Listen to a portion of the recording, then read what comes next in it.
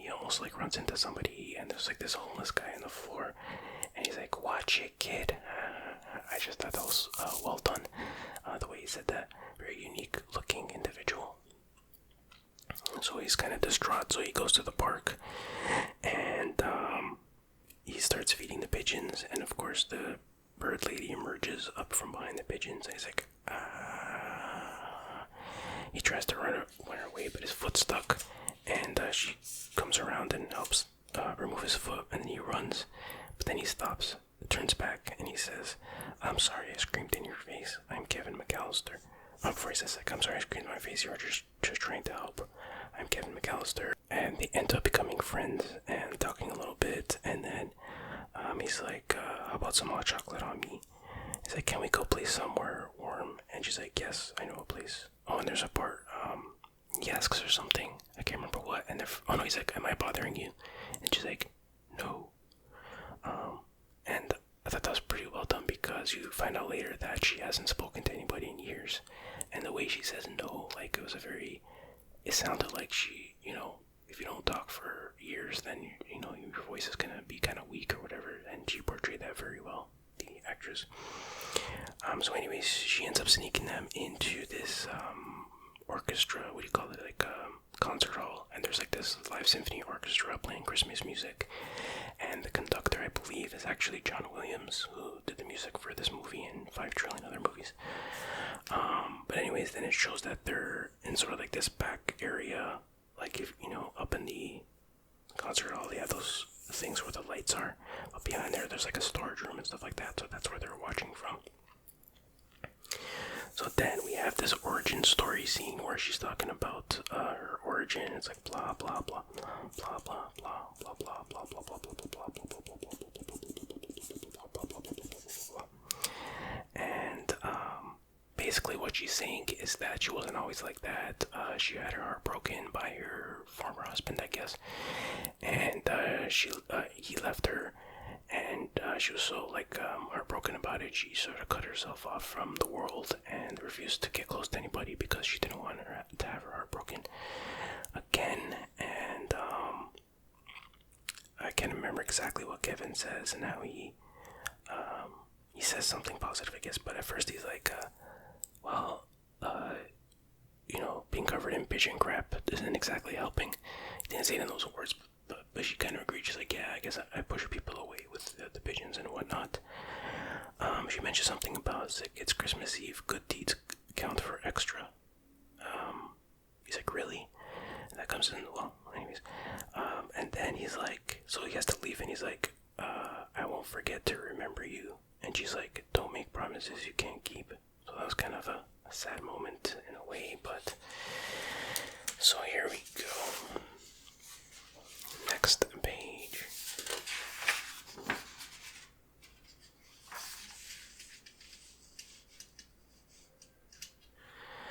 So he's wandering the streets a little bit, and he sees the children's hospital, and there's a kid looking through the window, and he's like, "You can mess with a lot of things, but you can't mess with a kid on Christmas." So now he shows him running to his uncle's house, and he goes into that pipe that I mentioned before to get into the place, and then he sets up Operation Ho Ho Ho. Operation Ho Ho. And sorry, my stomach just rumbled or whatever, but anyways, you see Operation Ho Ho Ho. And I didn't notice before, but he actually drew this on top of the actual blueprints for the house. That's kind of interesting. But then it's like a montage of him setting things up. So he has the nail gun, or it's actually a staple gun. Those cans of paint he sets up. These are like, what do you call those, electrodes? I don't know what you call those things you hook up to batteries or whatever. It's hooked up to the generator, power generator, and he attaches these things to a sink in the basement. There's a ladder here. Okay, so let's go here first. There's kerosene, so he's putting a rope in the kerosene. Yeah, this thing. Okay, so that thing he bought at the store was like some kind of, it's called like Monster soap or something. So it's like super slippery soap, I guess. Such an odd thing to buy at a toy store, but anyways, he pours it all over the floor. He's putting some gasoline in the toilet, and he puts some more of that goopy soap on one of the ladder rungs outside. This is one of my favorite scenes in the movie. So anyways, the parents eventually arrive in New York at the Plaza Hotel, and the mom's talking to the staff, and she's getting very annoyed by them, and she's yelling at the staff lady there. I can't remember her name, but she's like, "What kind of idiots do you have working here?" And she's like, "The finest in New York." I thought that was funny too. And then Tim Curry's being like very rude throughout this whole thing. Unintentionally rude, but rude nonetheless. Insensitive, I guess we can say. So the mom's like, "Okay, I'm gonna go basically wander the streets and go look for Kevin." And Tim Curry's like, "With all due respect, New York is a dangerous place. There's muggers and thieves and blah blah blah." And she gets, she snaps and she just smacks the crap out of him like a massive karate chop smack. And this is my favorite part, his reaction. He's like, "Do bundle up, it's awfully cold outside." And then he just kind of does this like wobbly smile and then looks to the side, and he's like, it looks like he's like trying not to cry because the way she slapped him or whatever. But man, his expression was just, it's subtle, but it's always made me laugh since I was a kid, and it still makes me laugh when I see that part. So great job there. Oh yeah, I forgot to mention, during the montage at the end, he's like, "Let's rock." He has a submachine gun, a rifle of some kind, and his trademark katana blade. I made all that up. There's nothing like this here, but everything else is true. Okay.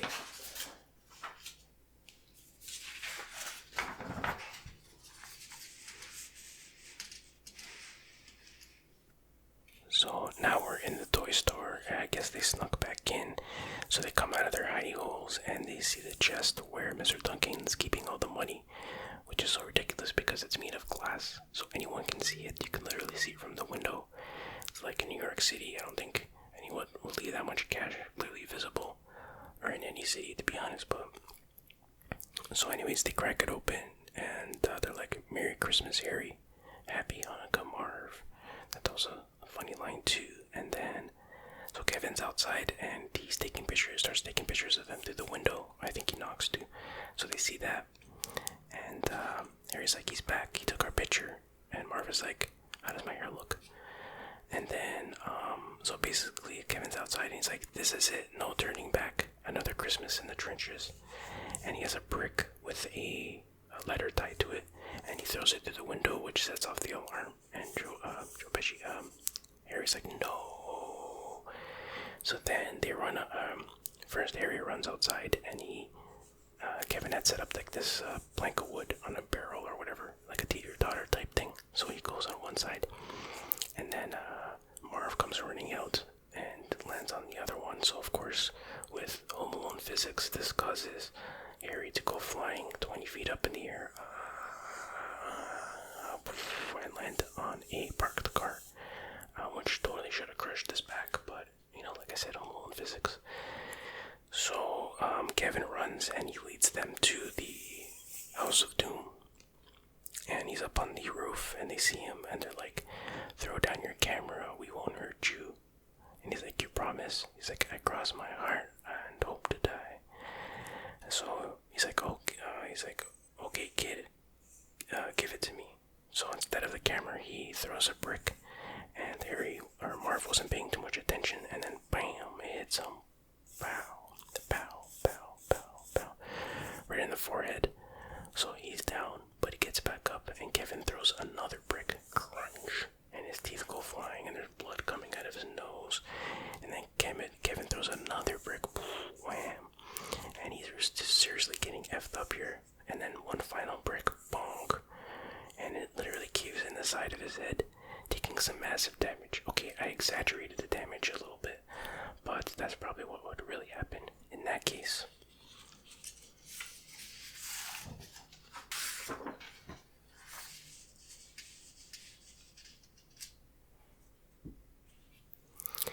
Okay, so now of course Marv is fine, so he goes to the front door where Kevin had rigged the staple gun, and with a rope attached to the door handle. So when he pulls it, it fires the gun, and boom, gets him right in the sack. And then he turns around, and then boom, gets him in the butt. And then he goes down on his knees, and boom, gets him right in the nose. So That's not exactly fatal, but man, that's a different kind of pain, you know what I'm saying? So now in the back area, Harry gets a bright idea to jump off a box and grab onto the fire escape ladder, but not realizing that Kevin poured that goopy stuff on it. So he grabs it, but his hands like slip right off, and then boom, just lands on the ground. But I'm thinking, there's no way Harry would be, even if that goop wasn't there, there's no way he'd be able to hang onto that thing, but and climb, pull himself up. And then when he's on the floor, like a piece of goop goes, and lands right on his forehead. It's pretty funny. So then, Marv gets his way in there, and I'm probably calling these guys by the wrong names a million times, but just bear with it. But Marv busts in the front door, and he's like, Harry, I've reached the top. But he doesn't realize there's a big hole in the floor here, so he just goes, just like, does a belly flop right on the concrete in the basement. And then he eventually gets up and looks up, he's like, wow, what a hole. That was a funny line, funny delivery. So then, Harry finds another way in, and another door in the back. And when he opens the door, it causes like this bag of tools, heavy tools, to fall on his head. I thought that was kind of a lame gag, but I don't know. Maybe in the first one that would have been okay, but you gotta step it up, you know what I'm saying? So then Marv in the basement steps on that goopy stuff he put on the floor, and he goes sliding into this shelf full of paint cans, and the shelf falls over on him, and all the paint goes all over his face and stuff. And then he gets up and he goes to wash his face off on the little sink there. But remember, Kevin attached the electricity to it, so he ends up getting fried. He's like, like starts screaming, and then it shows like, it cuts to like a skeleton version of him, which I thought was pretty funny. And actually, that when I was a kid, that made me laugh so damn hard. Looking back on it now, it's kind of disturbing, like the way he's screaming when he's starting to get electrocuted, but it's still pretty funny. And then, so there's a part where Harry goes to the washroom, not like he doesn't go to the washroom, but he goes into the room that is the washroom, you know what I mean? And they do the same blowtorch gag where his top of his head catches on fire, and he doesn't notice until he looks in the mirror. And he's like, oh crap. And then, so he dunks his head in the toilet, which remember is full of gasoline. Now the weird thing is he doesn't just like put his head in the toilet, he like does a headstand or handstand, whatever you call it, on the toilet rim, and then he slowly lowers his head into the toilet, which is just the weirdest thing. Nobody would ever do that. But anyways, then there's a big explosion, and of course, you know, he should be dead right there, but no, he's perfectly fine. So then Marv in the basement, there's no way up, so because, you know, it's being renovated, whatever, so there's a rope there, so he pulls on the rope, but it's attached to a bag of cement, and it falls down and lands on him. That was kind of a lame gag, too. Could have done something a little better than that.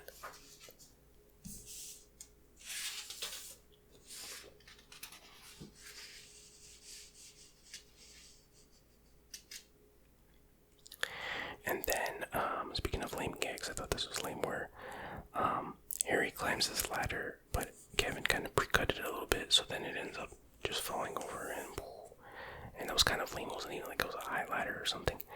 What should have happened, I always thought as a kid, was he should have like fell, and then he should have fell into that hole, into the basement kind of thing, but that would have been pretty cool. But anyway, so then they do the paint can thing, where similar to the first one, they're gonna go up the steps. Remember in the first one where Kevin threw those paint cans down on the ropes? So Harry's like, wait, remember what happened last time? So they pretend, they make noise like they're walking upstairs, so Kevin throws the first paint can and it misses, but they pretend like it got them. They throw the second one, and then they're like, right in the schnoz, pretending it hit them in the nose. And then they're like, okay, that's it, let's go. And they start climbing, and then Kevin has this like massive heavy looking pipe that he whips down on the ropes, and boom, it hits them, and they go flying right down into the basement, down the hole. And then he cuts the cables, and then the pipe itself falls and boom, lands on them. So that was definitely another fatal or near fatal injury. So then Kevin's in this room upstairs, and he's like, I'm up here and I'm really scared. And there's like this tool chest attached to the rope, attached to the door. So when they try to open the door, they're like, what's that sound? Because the tool chest is like down the stairs.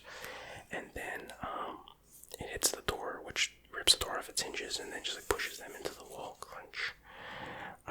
And then they push the door away, and you see that their schnozzes are like totally deformed, like definitely broken. And I think Marv's like, that was the sound of a tool chest falling down the stairs. And then they like, with their hands, they go crunch, and they, snap their noses back in place, which is a pretty brutal sound that they put in there in a good way. Okay, and then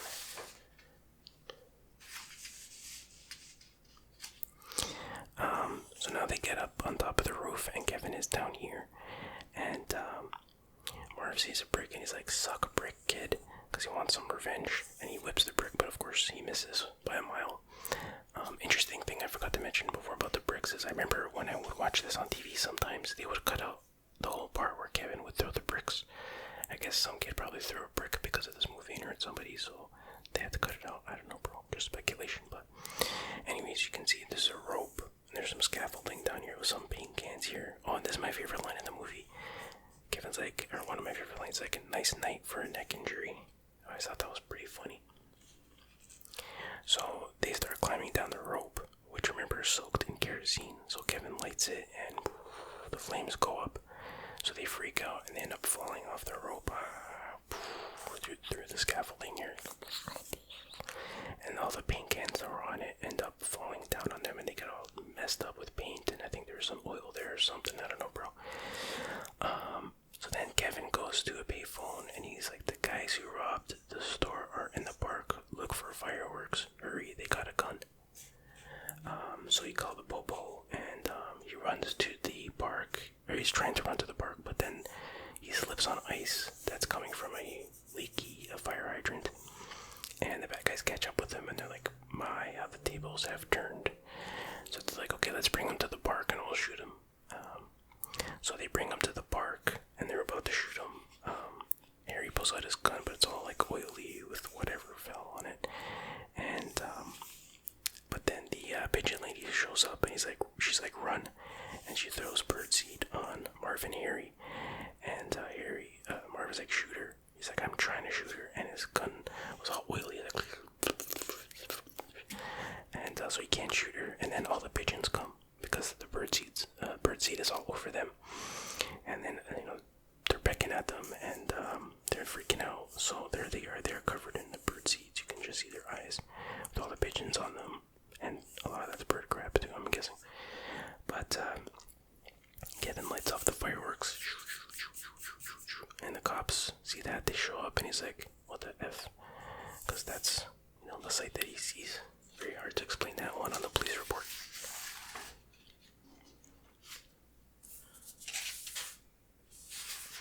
And finally, the last page here. Well, this got bent a little bit, but anyways. So now we see the cops talking to Mr. Duncan in the store, and he's like, "We got the thieves and recovered the money." And he's like, "Let's get that money to the hospital." And then another officer gives him this note. It was a note that Kevin wrote that was attached to the brick. And it says, "Dear Mr. Duncan, blah, blah, blah, blah, blah, blah, blah, blah, blah, blah. Merry Christmas, Kevin McCallister. P.S. Thanks for the doves." So, basically what he says is, "Sorry for breaking your window. I had to do it to catch the bad guys. Do you have insurance? If not, I'll send you money." Which is nice, but he doesn't know how insurance works, because even if Kevin pays for it, even if he uses insurance, rather, he's going to have to pay the deductible, and then his premiums are going to go up. You know how it works, but I guess he's a kid, he doesn't know better. And it's written on the Plaza stationery, which comes into play in a second. So anyways, he goes to the that big Christmas tree in, Rockefeller Center. Massive Christmas tree, and the mom, who's now in New York, figures, he's gonna go to that Christmas tree because he likes Christmas trees. So she goes there, they reunite, and it's like, "Kevin, Mom." He's like, "Mom, I'm glad you didn't die in a fire like I wished." And she's like, "What?" "No, I made that up." But anyways, everything's fine now. They're all back at the hotel, and it's the next morning. They wake up, it's Christmas, and they see a stack of presents as far as the eye can see in their hotel room. And these presents were, I guess, from Mr. Duncan in appreciation for what Kevin did.